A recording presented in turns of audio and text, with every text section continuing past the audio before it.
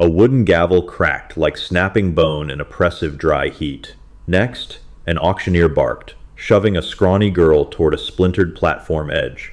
She stood trembling, all knees and elbows, too frail for heavy plows.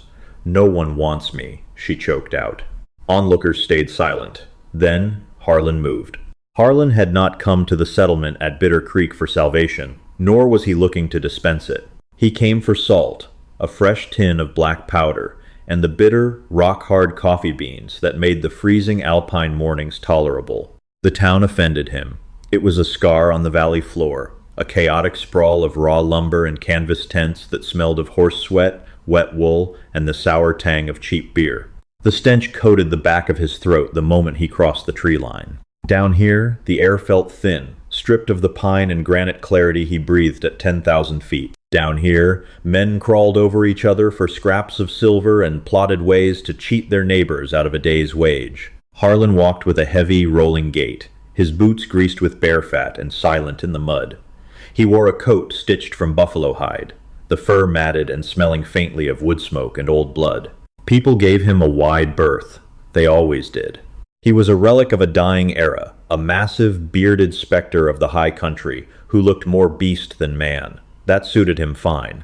The less they spoke to him, the sooner he could load his pack mule and disappear back into the silence. He finished his business at the Mercantile, trading 3 prime beaver pelts for his supplies, and stepped out onto the boardwalk. The wind was picking up, carrying the grit of the main street into his eyes. He pulled the brim of his slouch hat down and turned toward the livery. That was when the noise caught him. It wasn't the usual saloon brawl or the screech of a sawmill. It was a rhythmic, mercantile cadence, an auction. Harlan hated crowds, but his mule was tied past the train depot, right where the mob had gathered. He cursed under his breath, a low rumble in his chest, and started shouldering his way through the periphery of the throng. A wooden platform had been hastily erected next to the tracks. It was a placement agency stop, the orphan trains. Harlan stopped, chewing the inside of his cheek, tasting the copper of his own spit. He had seen this before. Eastern cities sweeping their gutters and shipping the surplus west. The townsfolk of Bitter Creek, mostly dirt farmers, ranchers, and exhausted women, stood looking up at the platform with hungry, calculating eyes. They weren't looking for children to love. They were looking for cheap labor, hands to pull weeds, shovel, manure, and scrub floors. On the platform stood a man in a bowler hat and a checkered suit. Mr. Abernathy, according to the painted sign, propped against a crate. Abernathy had the slick, greasy energy of a riverboat gambler, his voice carrying over the wind as he paraded the merchandise. "Look at the shoulders on this one," Abernathy shouted, slapping the back of a sullen, thick-necked boy of about 14. "He'll clear a field of stumps before winter. Do I hear $10? $10 for the placement fee?" A rancher raised a hand. The boy was gone, sold into a decade of indentured sweat. Harlan shifted his weight. The leather of his saddlebags creaked. He needed to keep moving. This wasn't his world. His world was avalanche chutes, sudden blizzards, and the quiet, indifferent cruelty of nature. The cruelty of men was messier, and he wanted no part of it. He took a step. Then, another child was pushed into the harsh afternoon light. It was a girl. She couldn't have been older than 7, though malnourishment made it hard to tell. She was a frail, shivering thing, swimming in a faded gray wool dress that had clearly been meant for someone twice her size. The hem was caked in dried mud. Her hair was a tangled nest of dull brown, chopped short and uneven to keep the lice at bay. She stood with her shoulders hunched, staring at the floorboards of the platform, her small hands twisting the fabric of her skirt until her knuckles turned white.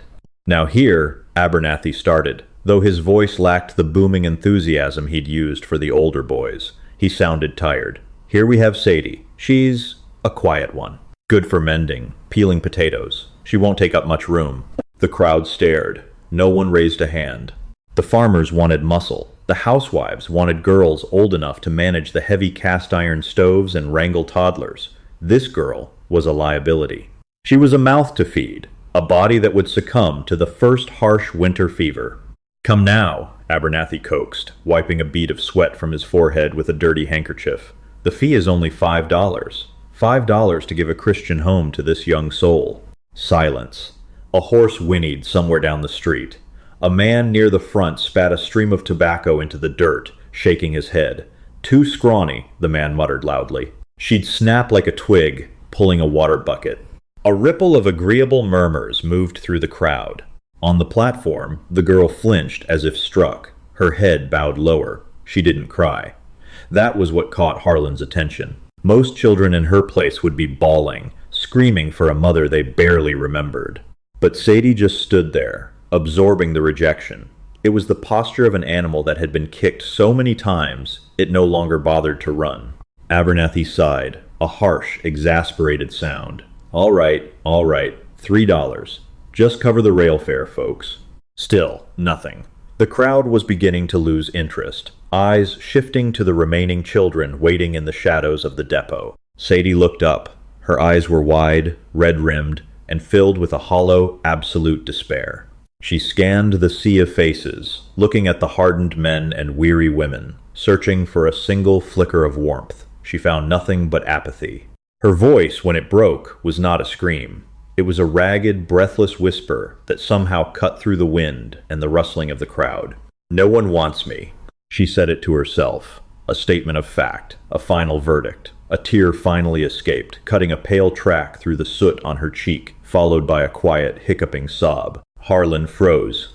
The sound of her voice scraped against his ribs like a rusted blade. It wasn't a swell of heroic warmth that flooded his chest. It was a sudden, violent irritation. He was angry at the town. He was angry at the slick man in the bowler hat.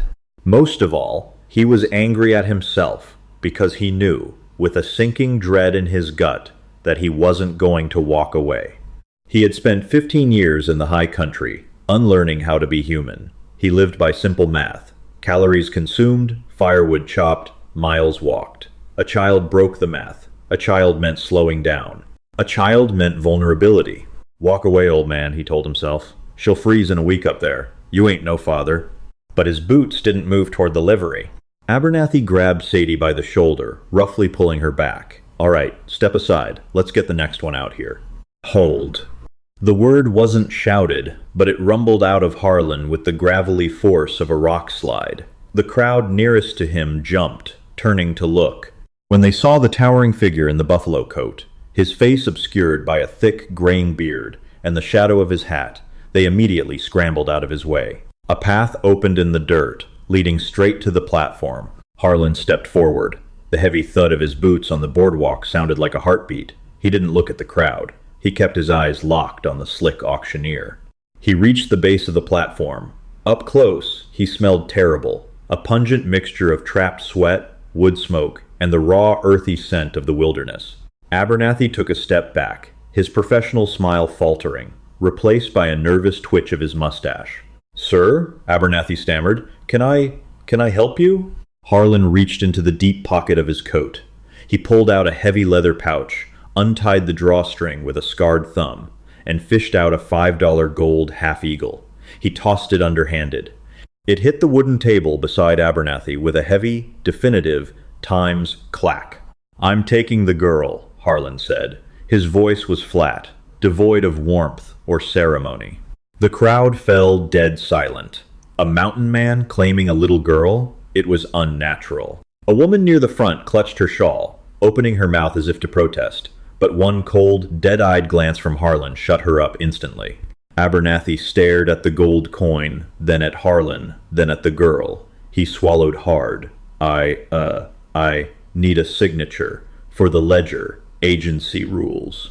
Harlan stared at him. He stepped up onto the platform. The wood groaned under his immense weight. He grabbed the quill from the inkwell, held it awkwardly in a fist that was used to gripping an axe handle, and scratched a large, jagged H onto the paper. He didn't know how to spell his last name anyway. "Done," Harlan grunted. He turned his attention to Sadie. She was pressed against a stack of crates, staring up at him with unblinking terror. If the farmers were wolves, this man was a bear. He was massive, casting a shadow that swallowed her entirely. Up close, she could see the deep lines weathered into his face, the pale, icy blue of his eyes, and the jagged scar that ran from his ear into his beard. He didn't offer a gentle smile. He didn't kneel down to her eye level and offer soothing words. He didn't know how. "Get your things," Harlan said. Sadie just stared, paralyzed. She had no things. What she wore was all she owned in the world. Harlan realized this a second later. He cursed internally. He reached out a massive, calloused hand toward her. Sadie flinched violently, throwing her arms over her head, expecting a blow. Harlan's hand stopped in midair. A muscle in his jaw feathered. He slowly lowered his arm, letting it fall to his side. The instinct to protect her was fighting a vicious war with his utter lack of domestic grace. "I ain't gonna hit you," he said, his voice dropping a fraction of an octave, trying to soften the gravel. "But we ain't staying here. It's a 3-day ride up the pass, and the light's burning. You coming, or you staying with him?" He jerked his chin toward Abernathy. Sadie looked at the auctioneer, who was busy pocketing the gold coin, already looking past her. She looked at the crowd, who stared at her with pity, but made no move to help. Then she looked back at the giant in the fur coat. She took a hesitant step forward. Harlan gave a single nod. He turned his back on the crowd and walked down the platform stairs. He didn't check to see if she was following, but he listened. He heard the soft, scuffling sound of her oversized boots hitting the wooden stairs, trailing a few paces behind him. They walked through the town. The stairs burned into Harlan's back, but he ignored them. He reached the livery rail, where his pack mule, a foul-tempered beast named Brutus, was tied next to his roan gelding. Harlan began loading his newly purchased supplies into the panniers. Sadie stood a few feet away, her arms wrapped around herself, shivering as the late afternoon temperature began to drop. The mountain wind was biting, tearing through the thin wool of her dress. Harlan secured the powder tin and turned to look at her. She was blue around the lips. "Fool," he berated himself. "She'll have pneumonia before we hit the timberline." He unbuckled his heavy canvas saddle slicker from the back of his saddle. He shook it out. It was stiff and smelled of horse sweat and oil, and walked over to her. He draped it over her shoulders. It swallowed her completely, the hem dragging on the mud, the sleeves hanging a foot past her hands. "Wrap it tight," he ordered. Sadie pulled the heavy canvas around her, burying her face in the collar. It smelled terrible, but it blocked the wind. It was the first time in her life something had actually kept the cold out. She peered up at him from the depths of the oversized collar. "What's your name?" she whispered. Her voice was raspy, barely audible over the wind. Harlan tightened the cinch on his saddle, giving the leather strap a hard pull. "Harlan." "I'm Sadie." "I know. I heard the man." He mounted his gelding in one fluid motion, the leather groaning under his weight. He looked down at her. He couldn't put her on the mule. Brutus would kick her teeth in. He couldn't make her walk. Her legs were too short, and they needed to make miles before dark. He leaned down, extending a thick forearm. "Grab hold." Sadie hesitated, then reached out a pale, trembling hand from the folds of the canvas coat. She gripped his wrist. Harlan hoisted her up with terrifying ease, swinging her lightly over the horse's neck to sit sideways in front of his saddle horn.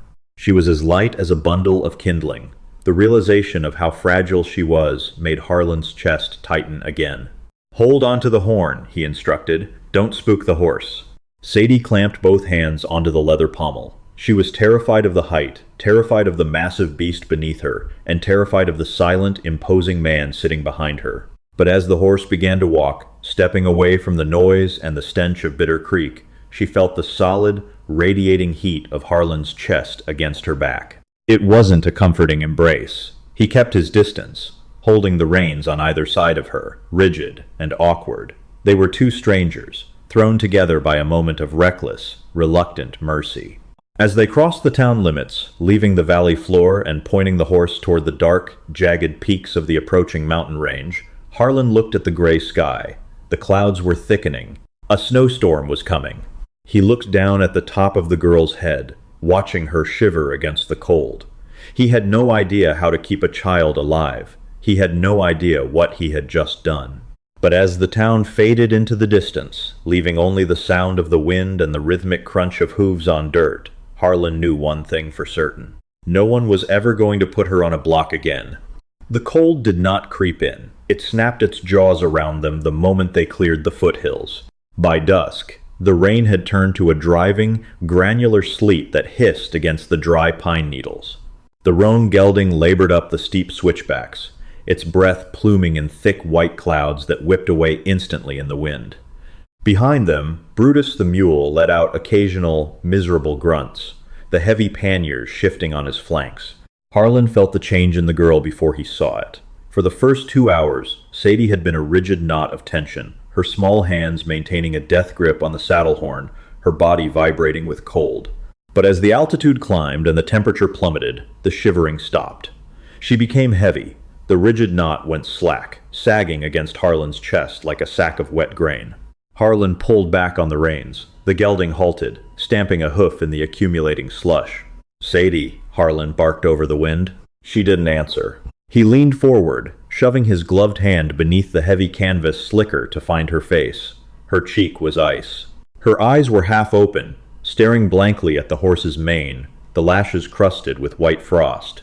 Lethargy, the final, quiet surrender before the cold, stopped the heart completely. Panic, foreign and acidic, spiked in Harlan's throat. He swore, a harsh, guttural sound, and spurred the gelding off the trail. He knew a hunter's overhang, a half-mile off the ridge. He rode aggressively, pushing the horse through dense stands of lodgepole pine, the branches scraping violently against his buffalo coat. The smell of crushed pine needles rose sharply in the frigid air. When they reached the limestone outcropping, Harlan didn't bother tying the animals. He slid from the saddle, his boots hitting the frozen earth with a heavy crunch, and dragged Sadie down with him. Her legs buckled immediately. She made a soft, breathless sound as she collapsed into the dirt. Harlan hauled her up by the armpits, dragging her deep into the recess of the overhang where the wind couldn't reach. The silence inside the rock shelf was sudden and heavy. He dropped her gently against the stone wall. "Stay awake," he ordered, though his voice sounded hollow. He moved with frantic efficiency, kicking aside snow to find dry duff, snapping dead lower branches from the surrounding pines. He built a teepee of twigs, struck a sulfur match against a dry stone, and cupped the weak, yellow flame until the tinder caught. The sharp, acrid smoke stung his eyes, but soon a small, crackling fire threw orange light against the rock. Sadie hadn't moved. She was a motionless lump of muddy canvas. Harlan stripped off his heavy buffalo coat. He knelt beside her, pulling the slicker back. She looked dead. Her lips were the color of bruised plums. He didn't think, he just acted. He pulled her up, sitting cross-legged on the dirt, and forced her between his knees, pressing her back flush against his chest. He wrapped his massive coat around both of them, encapsulating them in a cocoon of matted fur and trapped body heat. It was agonizingly awkward. He was intensely aware of his own rough edges, the smell of old sweat on his skin, the rigid muscle of his arms, the sheer, imposing bulk of his frame. He had spent a decade making sure no one got within arm's reach of him. Now, he was holding a child so fragile he felt his own pulse might bruise her.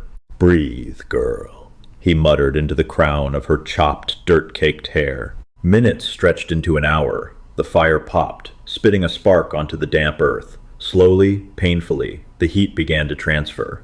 Sadie let out a ragged gasp. Her small frame suddenly convulsed violently as the shivering returned. It was a brutal, full-body tremor that shook them both. To Harlan, it was the best thing he had ever felt. It meant the blood was moving. She whimpered, the sound muffled by his shirt. "Cold. It burns." "I know," Harlan said. His voice was a low rumble vibrating through his chest into her back. "Let it burn. Means you ain't dead." He didn't stroke her hair. He didn't offer empty promises that it would be all right. He just held the coat tight, keeping the wind out, sitting motionless in the dirt while the storm raged through the trees outside. Sadie squeezed her eyes shut, her small fingers clutching desperately at the fabric of his shirt. She smelled wood smoke, old leather, and something else, something solid and unmovable. For the first time since she was shoved onto an orphan train in Chicago, she didn't feel like she was falling. They reached the cabin on the evening of the third day. The structure was built into the side of a granite slope at 9,000 feet. Fortified by thick, hand-hewn logs, and chinked with hardened mud. It was ugly, functional, and completely isolated. The wind howled over the tin roof, but inside, the air was still and smelled deeply of old ash, tanned hides, and stale coffee. Harlan kicked the heavy door shut behind them and dropped the wooden crossbar into place. The finality of the sound echoed in the single, dark room. He struck a match and lit an oil lantern on the scarred wooden table. The yellow light flickered, illuminating the chaos of a solitary man's life. Steel traps hung from the rafters. A massive bear skull sat on a shelf, its empty sockets staring blindly. Half-finished pelts stretched on willow hoops leaned against the walls. There was one bed, a cast-iron stove, and dirt on the floorboards. Harlan watched Sadie from the corner of his eye. He expected her to cry. He expected her to shrink away from the savage, lonely squalor of his home. Instead, Sadie pulled the oversized canvas slicker from her shoulders, letting it pool around her muddy boots. She looked around the room, her dark eyes darting from the stove to the table to the floor. The hollow, desperate look she wore at the auction had vanished, replaced by a hypervigilant, nervous energy. She spotted a bundle of stiff, bundled twigs bound with twine, a crude broom leaning near the hearth. Before Harlan could take his hat off, she scurried across the room, grabbed the broom, and began sweeping the dirt floor with frantic, jerky motions. Dust immediately bloomed into the air, clouding the lantern light. She swept with a desperate intensity, coughing as the dust filled her lungs, her knuckles white around the handle. Harlan frowned. "What are you doing?" Sadie didn't stop. She swept harder, moving toward the corner. "I'm good for cleaning," she rasped out, her voice tight with panic. "Mr. Abernathy said, I'm a good worker. I don't eat much. I'll make it clean, mister. I promise." She was terrified. She thought she had to earn her right to breathe the air in his cabin. She thought if she wasn't useful, he would throw her back out into the snow. Harlan felt a sudden, hot flash of rage in his chest. It wasn't directed at her. It was directed at the farmers, at Abernathy, at the entire world down in the valley that had taught a 7-year-old girl that her only value was in her labor. He stepped across the room in 2 long strides.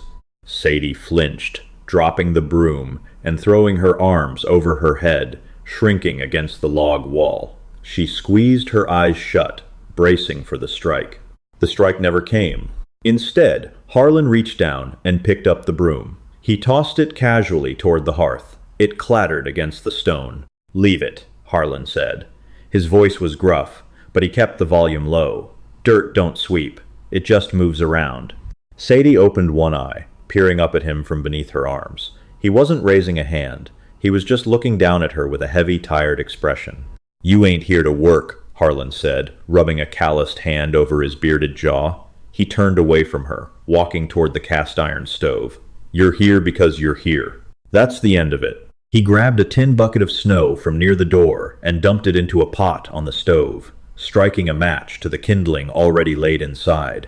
The wood caught quickly, the fire roaring to life and casting a warm orange glow across his weathered face. He didn't look at her as he spoke. "There's a tin of hardtack in the cupboard. Get it. We're having stew. And take off them wet boots before your toes rot off." Sadie slowly lowered her arms. She stared at his broad back as he threw chunks of dried venison into the melting snow. He wasn't sweet. He didn't smile. He smelled like bear grease and gunpowder. But he hadn't hit her. And he was making her dinner. She walked toward the cupboard, her stocking feet padding softly on the uneven floorboards. She pulled down the tin of biscuits, the metal cold against her palms. She brought it to the table, setting it down near the lantern. Harlan brought over 2 battered tin bowls, dropping one in front of her. He ladled the thick, gamey stew into the bowls. It smelled rich and salty, masking the scent of the dry dust. Sadie looked at the bowl, then up at him. "Eat," he ordered, pulling up a wooden stool and sitting down heavily. She didn't need to be told twice. She ate like a starved stray, ignoring the scalding heat of the broth, shoving the hard biscuit into her mouth until her cheeks bulged. Harlan ate slowly, watching her over the rim of his bowl. When she finally scraped the bottom of her tin, she looked up. Her face was smudged with dirt and grease, her hair a wild mess. "Mister?" she asked, her voice small. "Harlan." "Harlan." She rolled the name around in her mouth. It felt rough, like a piece of tree bark. "Are you going to take me back when the snow melts?" Harlan stopped chewing. He looked at the window, where the snow was piling high against the glass, sealing them off from the rest of the world. He looked back at the girl, sitting at his table, a tiny, fragile intruder in his solitary life. He thought about the auction block. He thought about the cold silence of the cabin before today. "No," Harlan grunted, picking up his spoon again. "Too far a ride. You're staying." Sadie didn't smile. She didn't cry. But her shoulders dropped, the last of the rigid tension draining out of her. She reached out, running a small finger over the dented rim of her empty tin bowl, feeling the solid, undeniable reality of it. The wind shrieked outside, rattling the heavy wooden door, but inside, the fire burned hot, and for the first time in a very long time, neither of them was completely alone. If Harlan and Sadie's survival in the high timberline moved you, don't let their story end here. Hit that like button to support raw, grounded Western storytelling, and share this video with anyone who appreciates gritty, emotional drama. Do you think Harlan can truly adapt to raising a child in this brutal isolation? Drop your thoughts in the comments below. Make sure to subscribe and ring the notification bell so you never miss another deeply human tale.